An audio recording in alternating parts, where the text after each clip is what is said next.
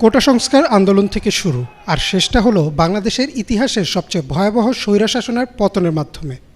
কেন হঠাৎ পদত্যাগ করতে বাধ্য হলেন শেখ হাসিনা? এর পেছনে কি শুধুই কোটা সংস্কারই ছিল? চলুন এক নজরে দেখে আসি পুরো কোটা সংস্কার আন্দোলনটি।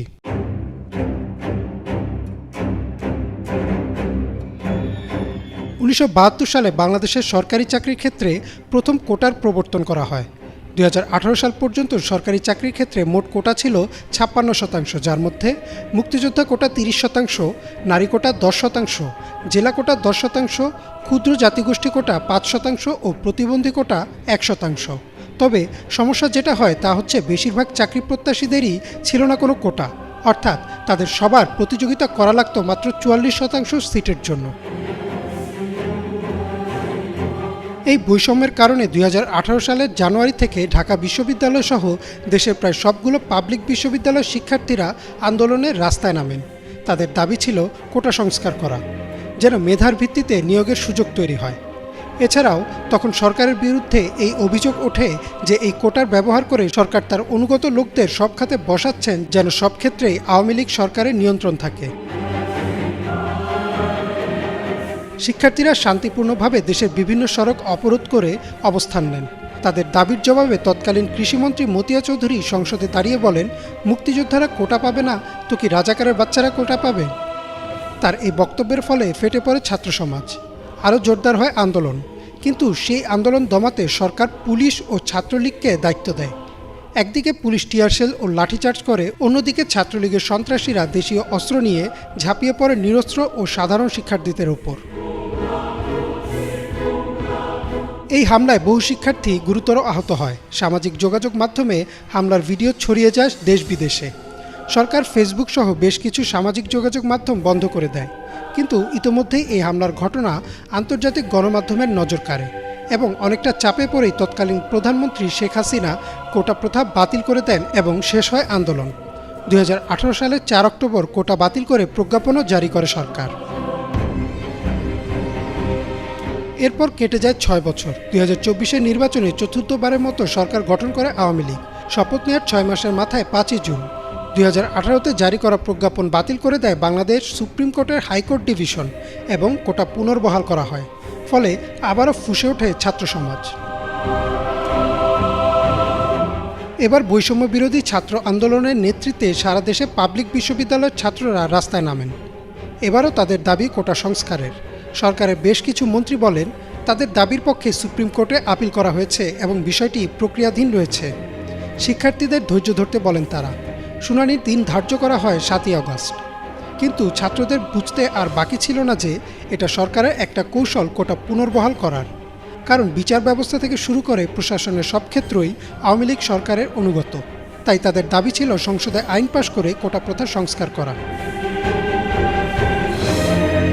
2024 সালের 14 জুলাই চীন পরবর্তী সংবাদ সম্মেলনে শেখ হাসিনা আন্দোলনকারীদের রাজাকারের নাতিপুতি বলে অভিহিত করেন। তার মানে কি মুক্তিযোদ্ধার সন্তান নাতিপুতিরা কেউ মেধাবী না, যত রাজাকারের বাচ্চারা নাতিপুতি হলো মেধাবী, তাই না? তার এই বক্তব্যের প্রতিক্রিয়ায় সেদিন রাতেই উত্তাল হয়ে ওঠে ঢাকা বিশ্ববিদ্যালয়, জাহাঙ্গীরনগর বিশ্ববিদ্যালয় সহ দেশের প্রায় সব পাবলিক বিশ্ববিদ্যালয়। শিক্ষার্থীরা স্লোগান দিতে থাকেন, তুমি কে আমি কে, রাজাকার রাজাকার, কে বলেছে স্বৈরাচার স্বৈরাচার। শিক্ষার্থীদের এই স্লোগানকে ইস্যু করে একে একে উস্কানিমূলক বক্তব্য দিতে থাকেন আওয়ামী লীগের সাধারণ সম্পাদক এবং সড়ক পরিবহন ও সেতুমন্ত্রী ওবায়দুল কাদের, শিক্ষামন্ত্রী মহিবুল হাসান চৌধুরী নফেল সহ অনেকেই। ওবায়দুল কাদের তার এক বক্তব্যে বলেন, এসব রাজাকারদের প্রতিহত করতে ছাত্রলীগই যথেষ্ট। তার এই উস্কানিমূলক বক্তব্যের পর সভাপতি সাদ্দামের নেতৃত্বে দেশীয় অস্ত্র নিয়ে ঠিক 2018-র মতো এবারও সাধারণ শিক্ষার্থীদের উপর হামলা করে ছাত্রলীগ। লাঞ্ছিত করা হয় নারী শিক্ষার্থীদেরও। তবে এবার আর শিক্ষার্থীরা চুপ থাকেনি, তারাও পাল্টা প্রতিরোধ গড়ে তোলে। সাধারণ শিক্ষার্থীদের প্রতিরোধের মুখে বিশ্ববিদ্যালয় হল ছেড়ে পালাতে শুরু করে ছাত্রলীগের নেতাকর্মীরা। একে একে দেশের প্রায় সব পাবলিক বিশ্ববিদ্যালয়কে ছাত্রলীগ মুক্ত ঘোষণা করে সাধারণ শিক্ষার্থীরা। ছাত্রলীগের চেষ্টা বিফলে গেলে মাঠে নামে পুলিশ। তারা শিক্ষার্থীদের উপর লাঠিচার্জ করে, টিয়ারশেল নিক্ষেপ করে, এমনকি ছররাগুলিও চালায়। একে একে সব বিশ্ববিদ্যালয় পরিণত হয় রণক্ষেত্রে। এমন অবস্থায় রংপুরে বেগম রোকেয়া বিশ্ববিদ্যালয়ের শিক্ষার্থী আবু সাইদকে পুলিশ নিরস্ত্র অবস্থায় খুব কাছ থেকে গুলি করে হত্যা করে। সামাজিক যোগাযোগ মাধ্যমে দ্রুত ছড়িয়ে পড়ে আবু সাঈদের হত্যার ভিডিও। এতদিন চুপ থাকলেও আবু সাঈদের মৃত্যুর পর মাঠে নামে বেসরকারি বিশ্ববিদ্যালয়ের শিক্ষার্থীরাও। শুধু বেসরকারি বিশ্ববিদ্যালয় না, সারা দেশের স্কুল ও কলেজের শিক্ষার্থীরাও যোগ দেয় আন্দোলনে। রাজধানী রামপুরা, উত্তরা, যাত্রাবাড়ি সহ দেশের অনেক জায়গায় শুরু হয় তুমুল সংঘর্ষ। 17 তারিখও ইস্ট ওয়েস্ট, ব্র্যাক, MIST বিশ্ববিদ্যালয় ও ইম্পেরিয়াল কলেজের ছাত্রসহ সারা দেশে অন্তত 10 জন নিহত হয়। পরদিন অর্থাৎ 18 জুলাইও চলে সংঘর্ষ। রামপুরায় বিটিভির ভবনে ধরিয়ে দেওয়া হয় আগুন, হেলিকপ্টার থেকে ছোড়া হয় গুলি। একের পর এক খবর আসতে থাকে ছাত্র হত্যার। সামাজিক যোগাযোগ মাধ্যমে ছড়িয়ে পড়তে থাকে এসব ভিডিও। অবস্থা ক্রমেই আইনশৃঙ্খলা বাহিনীর নিয়ন্ত্রণের বাইরে চলে যায়। 18 জুলাই রাত থেকে বন্ধ করে দেওয়া হয় ইন্টারনেট, ফলে পুরো বিশ্ব থেকে বিচ্ছিন্ন হয়ে যায় বাংলাদেশ। জারি করা হয় কারফিউ এবং রাস্তায় সেনাবাহিনী মোতায়েন করা হয়। তথ্য ও যোগাযোগ প্রতিমন্ত্রী জুনায়েদ আহমেদ পলক বলেন, শিক্ষার্থীরা ডেটা সেন্টারে আগুন দিয়েছে তাই বন্ধ রয়েছে ইন্টারনেট। কিন্তু ইন্টারনেট বন্ধের পেছনে ছিল এক ভয়াবহ পরিকল্পনা। সারা দেশে যোগাযোগ বিচ্ছিন্ন করে শুরু হয় ক্র্যাকডাউন। বিভিন্ন বাহিনীতে থাকা সরকারের অনুগত লোকেদের নামিয়ে দেওয়া হয় রাস্তায়। এবার আর ছররাগুলি না, চাইনিজ রাইফেল, অ্যাসল্ট রাইফেল ও পিস্তল নিয়ে একে একে গুলি করে মারা হয় নিরস্ত্র ছাত্রদের। শিক্ষার্থীদের বুকে ও মাথায় টার্গেট করে চালানো হতে থাকে গুলি। 19, 20 ও 21 জুলাই চলে এই গণহত্যা। ইন্টারনেট বন্ধ থাকায় গণহত্যার খবর খুব একটা প্রকাশ্যে আসেনি, কিন্তু 23 জুলাই ব্যবসায়ী ও আন্তর্জাতিক সংস্থাগুলোর চাপে পড়ে ইন্টারনেট চালু করতে বাধ্য হয় সরকার। তবে বন্ধ থাকে ফেসবুক, হোয়াটসঅ্যাপ সহ বেশ কিছু সামাজিক যোগাযোগ মাধ্যম। কিন্তু VPN-এর কল্যাণে সামাজিক মাধ্যমে একে একে প্রকাশ পেতে থাকে নৃশংস গণহত্যার ভিডিও ও ছবি। শুধু তাই না, প্রতি রাতে দেশের বিভিন্ন এলাকায় রাস্তার লাইট বন্ধ করে ব্লক রেড চালিয়ে আন্দোলনের সাথে জড়িত শিক্ষার্থীদের তুলে নিয়ে যায় পুলিশ। কারোই আর বুঝতে বাকি থাকে না কেন ইন্টারনেট বন্ধ করা হয়েছিল। এরই মধ্যে তৎকালীন ডিবি প্রধান হারুন-আর রশিদ বৈষম্য বিরোধী ছাত্র আন্দোলনের 6 সমন্বয়ককে নিরাপত্তার অজুহাতে ডিবি কার্যালয়ে আটকে রাখে এবং একটি লিখিত বক্তব্য পাঠ করায়, যাতে বলা হয় তারা সব আন্দোলন প্রত্যাহার করেছেন। কিন্তু শিক্ষার্থীরা বুঝে ফেলে যে এই বক্তব্য জিম্মি করে আদায় করা, তাই তারা আন্দোলন চালিয়ে যাওয়ার ঘোষণা দেয়। শেখ হাসিনার ক্ষমা চাওয়া, স্বরাষ্ট্রমন্ত্রী ও সাধারণ সম্পাদকের পদত্যাগ এবং সকল গণহত্যার বিচারসহ 9 দফা দাবি প্রস্তাব করেন শিক্ষার্থীরা। এদিকে শেখ হাসিনা একে একে বিটিভি ভবন, ভাঙচুর হওয়া মেট্রো রেলের স্টেশন পরিদর্শনে গিয়ে কান্না করেন, যা শিক্ষার্থী, অভিভাবক এবং শিক্ষকদের মধ্যে জন্ম দেয় চরম ক্ষোভ। তারা বলেন, এতগুলো মৃত্যুর চেয়ে মেট্রো রেল আর বিটিভির মূল্য বেশি। একে একে রাস্তায় নেমে আসেন মাদ্রাসার শিক্ষার্থীরা, অভিভাবক, শিক্ষক, অভিনয়শিল্পী, ব্যান্ড তারকা সহ সর্বস্তরের মানুষ। এমনকি আন্দোলনরত শিক্ষার্থীদের পাশে দাঁড়ান রাজধানীর রিকশা চালকরাও। সরকার চাপে পড়ে আশ্বাস দেয় যে সকল হত্যাকাণ্ডের বিচার করা হবে এবং আটক 6 সমন্বয়কদের ছেড়ে দিতেও বাধ্য হয়। নিহত শিক্ষার্থীদের স্মরণে 31 জুলাই সরকারিভাবে শোক ঘোষণা করা হয়। সারা দেশের ছাত্র সমাজ ও সাধারণ জনগণ সেই শোক প্রত্যাখ্যান করে এবং কালোর বদলে লাল রং ধারণ করেন। 31 জুলাই সম্পূর্ণ ফেসবুক ছেয়ে যায় লাল রঙের প্রোফাইল পিকচারে। আগস্টের 2 তারিখ বিকেলে আনুমানিক 2 লক্ষ লোক জড়ো হন কেন্দ্রীয় শহীদ মিনার প্রাঙ্গণে। সকল শ্রেণী পেশার মানুষের মধ্যে বয়ে যায় এক গণজোয়ার। অনেকেই একে বলেন দেশের ইতিহাসে সবচেয়ে বড় গণ অভ্যুত্থান। সেদিনই 6 সমন্বয়ক এক দফা দাবি তুলে ধরেন শেখ হাসিনার পদত্যাগ এবং 4 আগস্ট থেকে ডাক দেন অসহযোগ আন্দোলনের। শেখ হাসিনা শিক্ষার্থীদের আলোচনায় বসার আমন্ত্রণ জানান। তিনি বলেন, গণভবনের দরজা সবসময় খোলা আছে। তবে পরদিনই অর্থাৎ 3 আগস্ট উত্তরা, কুমিল্লা, মুন্সিগঞ্জ সহ দেশের বেশ কিছু জায়গায় পুলিশ ও ছাত্রলীগ হামলা চালায়। সেদিনও নিহত হয় বেশ কয়েকজন। 3 তারিখ রাতেই ওবায়দুল কাদের আওয়ামী লীগের নেতাকর্মীদের নির্দেশনা দেন পরদিন থেকে প্রতি ওয়ার্ডে ওয়ার্ডে প্রতিরোধ গড়ে তুলতে। এদিকে সেনাপ্রধান জেনারেল ওয়াকারুজ্জামান এক জরুরি বৈঠকে বসেন অন্যান্য সেনা কর্মকর্তাদের সাথে। সেই বৈঠকে সিদ্ধান্ত নেওয়া হয় সেনাবাহিনী আর গুলি চালাবে না, তারা সাধারণ মানুষের পাশে থাকবে। আর এই সিদ্ধান্তের পরই পরিস্থিতি পাল্টে যায় ছাত্রদের পক্ষে। 4 আগস্ট রবিবার সকাল থেকেই অসহযোগ আন্দোলনে যোগ দেয় শিক্ষার্থীসহ নানা শ্রেণী পেশার মানুষ। আন্দোলনকারীরা জড়ো হতে থাকে শাহবাগ, সায়েন্স ল্যাব সহ দেশের বিভিন্ন জায়গায়। বেলা 11টার পর থেকেই তাণ্ডব শুরু করে অস্ত্রধারী আওয়ামী লীগ, যুবলীগ ও ছাত্রলীগের নেতাকর্মীরা। এবং এই দিন পুলিশ নিষ্ক্রিয় ভূমিকা পালন করে।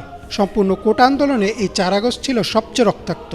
এদিন পুলিশ, আওয়ামী লীগের নেতাকর্মী ও সাধারণ শিক্ষার্থী সহ শতাধিক মানুষের মৃত্যু হয়। শুরুতে কিছুটা পিছুপা হলেও অনেকটা পাবজি স্টাইলে পাল্টা আক্রমণ করে সাধারণ শিক্ষার্থীরা। এছাড়াও ঢাকাসহ দেশের বিভিন্ন জায়গায় ছাত্রলীগ কর্মীদের আক্রমণ থেকে শিক্ষার্থীদের রক্ষা করে সেনাবাহিনীর সদস্যরা, ফলে আওয়ামী লীগের সন্ত্রাসীরা পিছু হটতে বাধ্য হয়। 4 আগস্ট দুপুরে ঘোষণা আসে 6 August long march to Dhaka অনুষ্ঠিত হবে। তবে সারাদিনের চলা তাণ্ডবের কথা বিবেচনা করে 6 সমন্বয়ক ঘোষণা দেন পরদিনই, অর্থাৎ 5 আগস্ট হবে লং মার্চ টু ঢাকা। আরও ঘোষণা আসে যদি সরকার আবার ইন্টারনেট, মোবাইল নেটওয়ার্ক বন্ধ করে দেয় অথবা 6 সমন্বয়কদের যদি হত্যা বা গুমও করে ফেলে, তবুও যেন এই লং মার্চ অব্যাহত থাকে। তারা সারা দেশের সাধারণ জনগণকে সেদিন রাস্তায় নেমে আসার আহ্বান জানান। তাদের আহ্বানের সাড়া দিয়ে রাতেই ঢাকার দিকে যাত্রা শুরু করে মানুষ, যে যেভাবে পেরেছে, কেউ ট্রাকে, কেউ সিএনজিতে, তবে অধিকাংশই পায়ে হেঁটে আসতে থাকেন ঢাকার দিকে। এদিকে 5 আগস্ট সকাল থেকেই থমথমে ছিল রাজধানী ঢাকার পরিবেশ। সকাল 10:30টায় শিক্ষার্থীরা শহীদ মিনারে জড়ো হওয়া শুরু করলে আবারও অ্যাকশনে নামে পুলিশ। ছোড়া হয় টিয়ার শেল, গুলি ও সাউন্ড গ্রেনেড। তবে 11টার পর থেকেই শাহবাগে নামতে শুরু করে সাধারণ মানুষের ঢল। বঙ্গভবন ও গণভবনে বাড়িয়ে দেওয়া হয় নিরাপত্তা। এদিকে সকাল 10টায় শেখ হাসিনা 3 বাহিনীর প্রধান ও পুলিশের আইজিপিকে ডেকে আরও বেশি কঠোর হওয়ার নির্দেশনা দেন। বেশ কয়েকটি সূত্র নিশ্চিত করেছে যে কোনো মূল্যেই তিনি ক্ষমতা ধরে রাখতে চেয়েছিলেন। সেনাপ্রধান ওয়াকারুজ্জামান শেখ হাসিনাকে পদত্যাগের উপদেশ দেন এবং বলেন পরিস্থিতি পুরোপুরি নিয়ন্ত্রণের বাইরে। আইজিপিও বলেন পুলিশও বেশি সময় কঠোর অবস্থান ধরে রাখতে পারবে না। শেখ হাসিনার বোন শেখ রেহানা ও পুত্র জয়ও বলেন পদত্যাগ করতে। পরে তিনি পদত্যাগে রাজি হন এবং জাতির উদ্দেশ্যে একটি ভাষণ রেকর্ড করতে চান। এদিকে 11টার পর থেকে রাজধানীর যাত্রাবাড়ি, শনিয়াখড়া, উত্তরা, সাভার দিয়ে কয়েক লক্ষ লোক ঢাকায় প্রবেশ করে। শাহবাগে তৈরি হয় এক জনসমুদ্র এবং সেই জনসমুদ্র যাত্রা শুরু করে গণভবনের দিকে। পরিস্থিতি ও দূরত্ব বিবেচনা করে সেনাপ্রধান শেখ হাসিনাকে 45 মিনিটের সময় বেঁধে দেন। তার ভাষণ রেকর্ডের প্রক্রিয়াও বাতিল করা হয়। 2টি লাগেজ নিয়ে গণভবন থেকে বিমান বাহিনীর একটি হেলিকপ্টারে শেখ হাসিনা চলে আসেন তেজগাঁও পুরানো বিমানবন্দরে। সেখান থেকে তিনি বঙ্গভবনে এসে রাষ্ট্রপতির কাছে পদত্যাগপত্র জমা দিয়ে আবার চলে যান বিমানবন্দরে। বিমান বাহিনীর একটি পরিবহন বিমানে শেখ হাসিনা ও শেখ রেহানা পালিয়ে যান দেশ থেকে। দুপুর 2টায় সেনাপ্রধানের জাতির উদ্দেশ্যে ভাষণ দেওয়ার কথা থাকে, কিন্তু সে ভাষণের সময় পিছিয়ে দেওয়া হয়। তবে 2টার কিছু পর থেকে খবর প্রকাশিত হয়ে যায় যে শেখ হাসিনা পদত্যাগ করেছেন এবং দেশ ছেড়েছেন। বাঁধভাঙা উল্লাসে ফেটে পড়ে শিক্ষার্থীসহ সকল শ্রেণী পেশার মানুষ। ঢাকার প্রতিটি রাস্তায় নামে আনন্দ মিছিল। লোকে লোকারণ্য হয়ে যায় সারা দেশের সব রাজপথ। জনগণ সব বাধা উপড়ে পৌঁছে যায় গণভবনে।